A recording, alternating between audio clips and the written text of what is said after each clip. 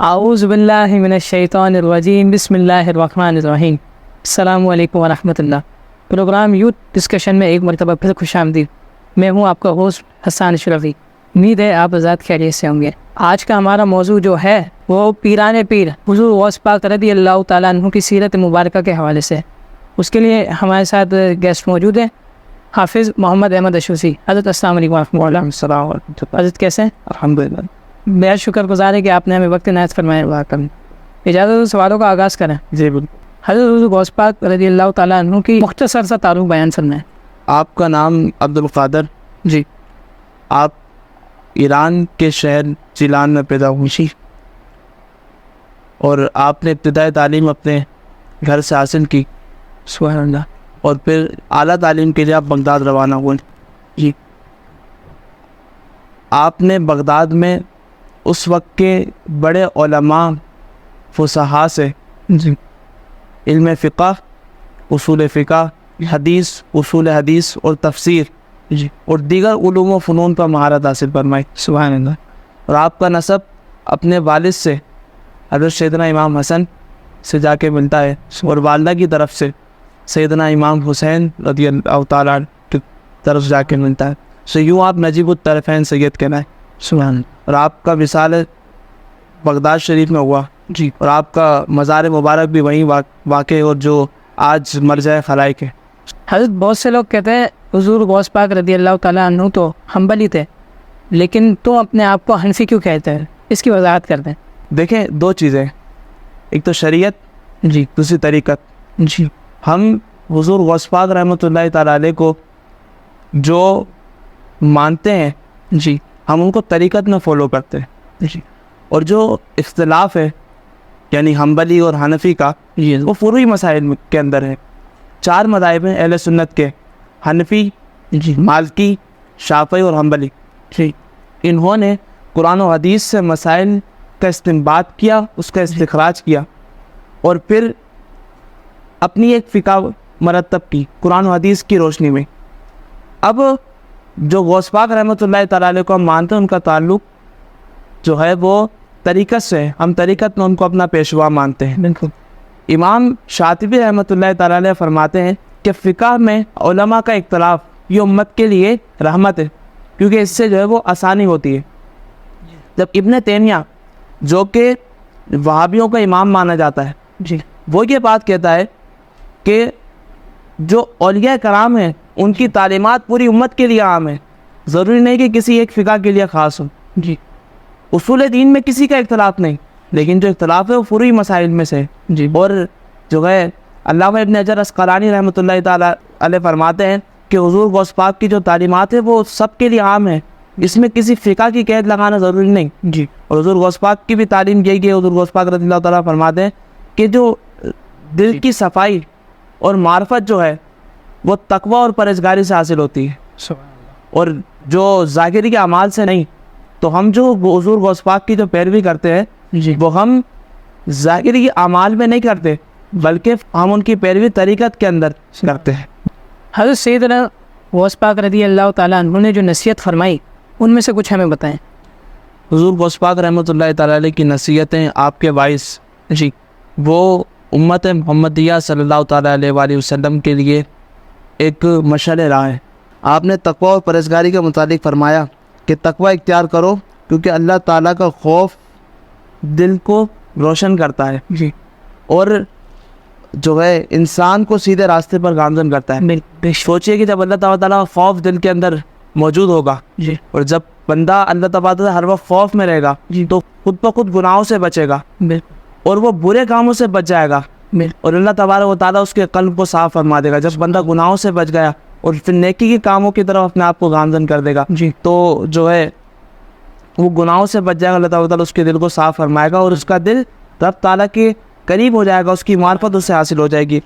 دنیا کے متعلق بھی آپ نے فرمایا کہ دنیا کو جو ہے اپنے ہاتھ میں رکھو، دنیا کو دل میں رکھو گے تو دل کو سیاہ کر دے گی۔ اور ایسا ہی ہے، بالکل۔ اگر ہم دنیا کو اپنے دل میں بسا لیں جی ہاں اور ہم جو ہے رب کی محبت کو ہم اپنے دل سے نکال دیں، جی ہاں تو کچھ بھی نہیں بچتا، ہمارا دل سیاہ ہو جاتا ہے، بالکل۔ رب کی معرفت سے ہمارا دل دور ہو جاتا ہے۔ جی جو غوث پاک نے فرمایا کہ دنیا کو اپنے ہاتھ میں رکھو، اور دل کے اندر جو ہے وہ اللہ اور اس کے رسول کی محبت کو پیدا فرماؤ. اس کے علاوہ آپ نے صبر و شکر کے حوالے سے اور مساکین کو کھانے کے حوالے سے اور یتیموں پہ شفقت اور دیگر آپ نے امور پہ آپ نے واعظ و نصیحت فرمائی اور اپنے مریدین کی ایک خصوصی تربیت آپ نے فرمائی. اور اس میں جو ہے اگر آپ کی واعظ اور نصیحت کو اگر ہم اپنا لیں جو آپ نے نصیحتیں فرمائی تو یقیناً دنیا اور آخرت کے لیے ہمارے لیے کامیابی ہو.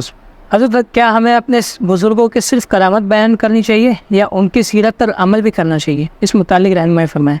دیکھیں بزرگوں کی کرامات تو بیان ہونی چاہیے بالکل، لیکن ہمیں یہ بھی غور کرنا چاہیے کہ جو بزرگان دین اس مقام تک پہنچے جی ہاں، جو ان کو کرامتیں ملی وہ کس وجہ سے ملی. بالکل کہ بزرگان دین کی ہم کرامت تو بیان کر دی جی ہاں، لیکن جو ان کی سیرت ہے جی ہاں، حضور غوث پاک رحمۃ اللہ تعالیٰ علیہ ہر وقت اللہ کی عبادت میں مشغول رہتے ہیں. سبحان ان کا قلب رب تعالیٰ کی عبادت میں مصروف رہتا. واہ واہ، ایک مشہور واقعہ ہے میں یہاں سناتا چلوں جی کہ حضور غوث پاک کے پاس خبر آئی کہ جو مال آپ کا تجارت کے گھر سے بیرون ملک گیا تھا وہ ڈوب کے غرق ہو گیا. اللہ، حضور غوث پاک رحمۃ اللہ تعالیٰ نے فرمایا شکر ہم دے. واہ واہ، سبحان. اور پھر دوبارہ آپ کے پاس خبر پہنچی کہ حضور وہ جو کسی نے اطلاع پہنچائی تھی وہ غلط تھی. آپ کا مال 7 خیریت سے جو ہے وہ ساحل پر لگ چکا ہے اور آپ کو کئی گنا نفع ہوا. تو حضور غوث پاک نے فرمایا شکر الحمدللہ. لوگوں نے تعجب کیا حضور یہ تو کیا بات ہوئی, آپ کا مال کھو گیا, نقصان ہو گیا, اس پہ بھی آپ نے شکر الحمدللہ کہا. جی جب مل گیا جب بھی شکر الحمدللہ کہا. جی ہاں. کہا کہ جب میرا مال گم ہو گیا, دنیا کا مال ہلاک ہو گیا, اس جی. کے جانے کا غم ہوا, جی تو میں نے اپنے قلب کو دیکھا کہ کہیں وہ اللہ کی یاد سے غافل تو نہیں ہو گیا. میں نے دیکھا کہ میرا قلب رب تبارک و تعالیٰ کا ذکر کر رہا ہے. واہ, میرے دل کے اندر مال کی محبت نہیں, دنیا کی محبت نہیں, صرف رب کی محبت موجود تھی. سبحان. اور وہ جو ہے دنیا کا مال ہلاک ہو جانے سے رب کی ذکر سے غافل نہیں رہا. تو میں نے اس وجہ سے شکر الحمدللہ کہا, اور بعد میں نے شکر ادا کیا. وہ میرے جو ہے نفع ہوا, میں نے اس پہ میں نے اپنے رب کا شکر ادا فرمایا. تو آپ کی سیرت کو اپنایا جائے, جی آپ کی سیرت کا مطالعہ کیا جائے. اور آپ کی سیرت کا جب مطالعہ کیا جائے تو جو بیت المقدس فتح ہوا, جی. آج کل بیت المقدس میں جو معاملات ہو رہے ہیں, مسلمانوں پہ ظلم و ستم کیا جا رہا ہے. جی. تو بیت المقدس جو فتح ہوا, اس کے فتح ہونے میں سلطان صلاح الدین ایوبی کی جو فوج تھی, جی. اس کے اندر 70% سے زائد جو مجاہدین تھے وہ غوث پاک کی تربیت یافتہ تھے, آپ کے مریدین تھے. واہ, اب سوچیں کہ ہم لوگ لنگر تو کھا لیتے ہیں, غوث جی. پاک کی نیازیں تو کر لیتے ہیں, جی لیکن ہمیں سوچنا چاہیے جی. کہ ہم کس مقام پہ کھڑے ہیں. جی کیا ہم نے اس چیز کو اپنایا, اپنے اندر جذبہ جہاد کو بیدار فرمایا؟ اب وہ حضور کے غوث پاک کے مرید تھے, انہوں نے کوئی الگ سے تربیت نہیں لی ہوگی 70%. جی ظاہر سی بات ہے اسی خانقاہ سے ان کی تربیت ہوئی ہوگی. بالکل. تو آج کل کے جو مشائخ ہیں ان کے لیے یہ بہترین نمونہ ہے, اور ان کو اس بات سے سیکھنا چاہیے کہ اپنے مریدین کی تربیت بھی کرے, اس انداز سے کرے کہ ان کو جو ہے وہ جذبہ جہاد بیدار ہو. اور آج ضرورت ہے, جی آج پھر ان مجاہدین کی ضرورت ہے کہ فلسطین کے اندر کس طرح سے ظلم و بربریت کی جا رہی ہے. تو ہمیں چاہیے کہ آج غوث پاک کے مہینے کی برکت سے اللہ تبارک تعالیٰ ہمیں دوبارہ ویسی تعلیمات عطا فرمائے اور مسلمانوں کے اندر جذبہ جہاد کو بیدار فرمائے. حضرت حضور غوث پاک رضی اللہ تعالیٰ عنہ کی اور دیگر بزرگان دین کی سیرت کے لیے بہترین کتب بتائیں. دیکھیے اس کے لیے سب سے پہلے جو ہے وہ حضور غوث پاک کی سیرت کے حوالے سے جی بہجت الاسرار جو کہ علامہ ابن جوزی کی جی ہوئی کتاب ہے, اس میں آپ نے حضور غوث پاک کی کرامات اور آپ کے جو ہے وہ فیوز و برکات کا ذکر کیا ہے. جی اس کے علاوہ جو ہے وہ قصص الاولیاء کی کتاب ہے, اس میں دیگر اولیاء کرام کا تذکرہ موجود ہے, جی اور خصوصاً حضور غوث پاک کا بھی اس میں ذکر موجود ہے. جی اس کے علاوہ علامہ فرید الدین عطار جو کہ متقدمین میں سے ہیں, ان کی کتاب جو ہے قصص الاولیاء, جی اور ایک کتاب حضور غوث پاک کی واعظ و نصیحت کے حوالے سے جو کہ فتح الغیب, وہ کتاب بھی جو ہے وہ اگر عوام الناس اس سے استفادہ حاصل کرنا چاہے تو کر سکتی ہے. اس میں سے کچھ عربی کتابیں ہیں جی جو ترجمے کے ساتھ موجود ہیں. حضرت ہمیں ایسا کیا کرنا چاہیے کہ حضور غوث پاک رضی اللہ تعالیٰ عنہ کی سیرت پر بآسانی عمل بھی ہو جائے اور ان کا قرب خاص مل جائے؟ دیکھیں حضور غوث پاک رحمۃ اللہ تعالیٰ علیہ کی سیرت پر جی عمل کرنا یہ آپ کے قرب خاص پر جو ہے وہ پانے کے لیے بہترین ذریعہ ہے. جی بالکل.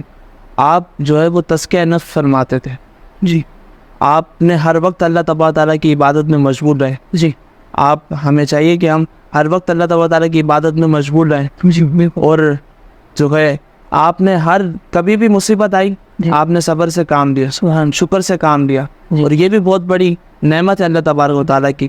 تو ہمیں چاہیے کہ ہم کچھ بھی مصیبت آئے جی. تو ہم آپ کی سیرت کو اپناتے ہوئے صبر و شکر کا دامن نہ چھوڑیں, اور جھوٹ سے پرہیز کریں.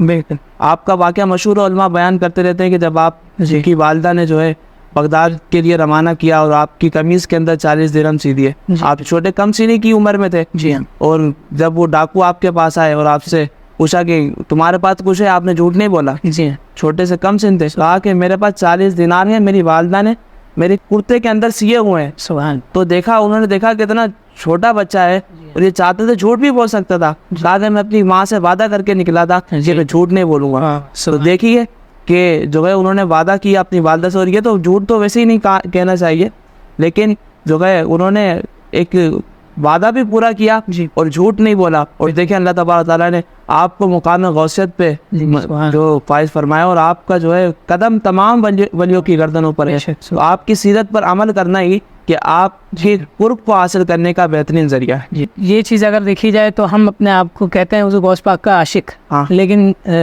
ہمارے اعمال ایسے ہیں کہ ہم چلتے پھرتے کو جھوٹ بول رہے ہوتے ہیں. بالکل ایسا ہی ہے. اللہ کریم اس سے بچائے. نمازوں کی بھی پابندی کرنی چاہیے. حضور غوث پاک نے فرمایا کہ جو شخص نمازوں کی پابندی نہیں کرتا اسے مسلمانوں کو قبرستان میں دفن نہ کیا. اللہ اکبر. حضور غوث پاک رحمۃ اللہ تعالیٰ علیہ جو ہے ایسے نمازوں کے پابند, شیطان نے آپ کو بہکانے کی کوشش کی. ایک بادل کی صورت میں آیا اور اس نے کہا کہ جو عبد القادر تم نے زندگی میں اتنی عبادتیں کی, اتنی ریاضت کی, تو تجھ پہ نماز معاف ہو گئی. حج جو حرام تھی وہ چیزیں تمہارے لیے حلال ہو گئی.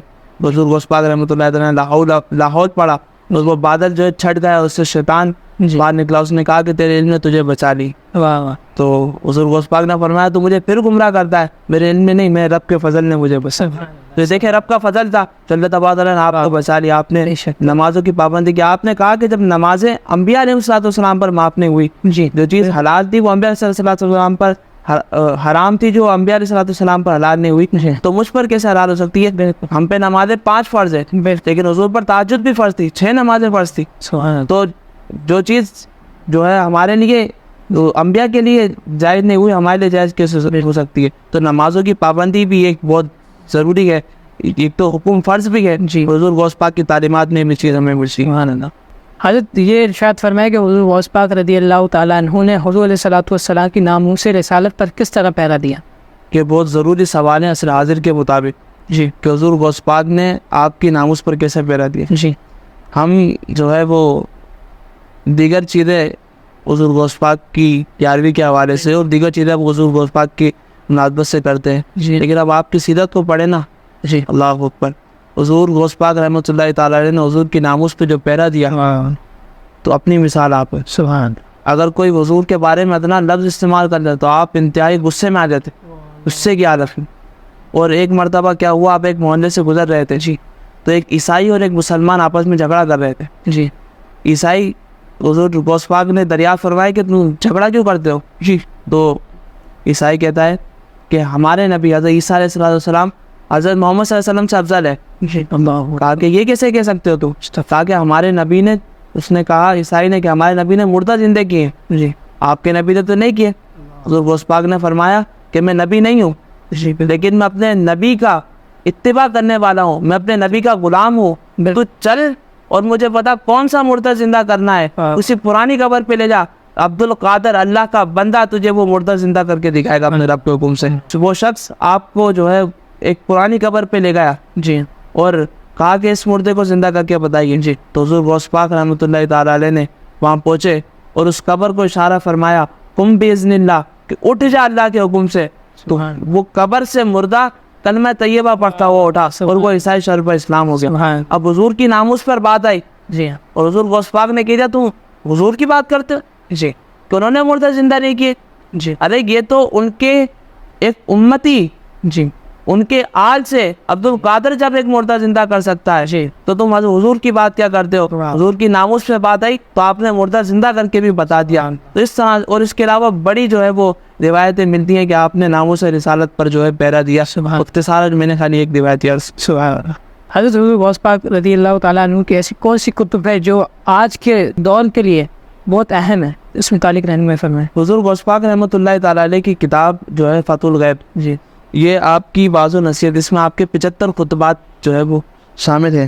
اس کے علاوہ جو ہے آپ کی ایک غنیت الطالبین کتاب, اس کے متعلق شاہ عبدالحق محدث دہلوی فرماتے ہیں کہ یہ کتاب آپ کی طرف منسوب ہے. بعض مفسرین نے لکھا کہ یہ کتاب آپ کی کتاب ہے لیکن شیخ عبداللہ محدث دہلوی فرماتے ہیں آپ کی طرف منسوب ہے. یہ بھی کتاب آپ کی پڑھنے کے قابل ہے. اس کے علاوہ فتح الربانی یہ بھی آپ کی کتاب ہے. یہ بھی آپ کی وعظ و نصیحت کے اوپر جو ہے مشتمل کتاب ہے.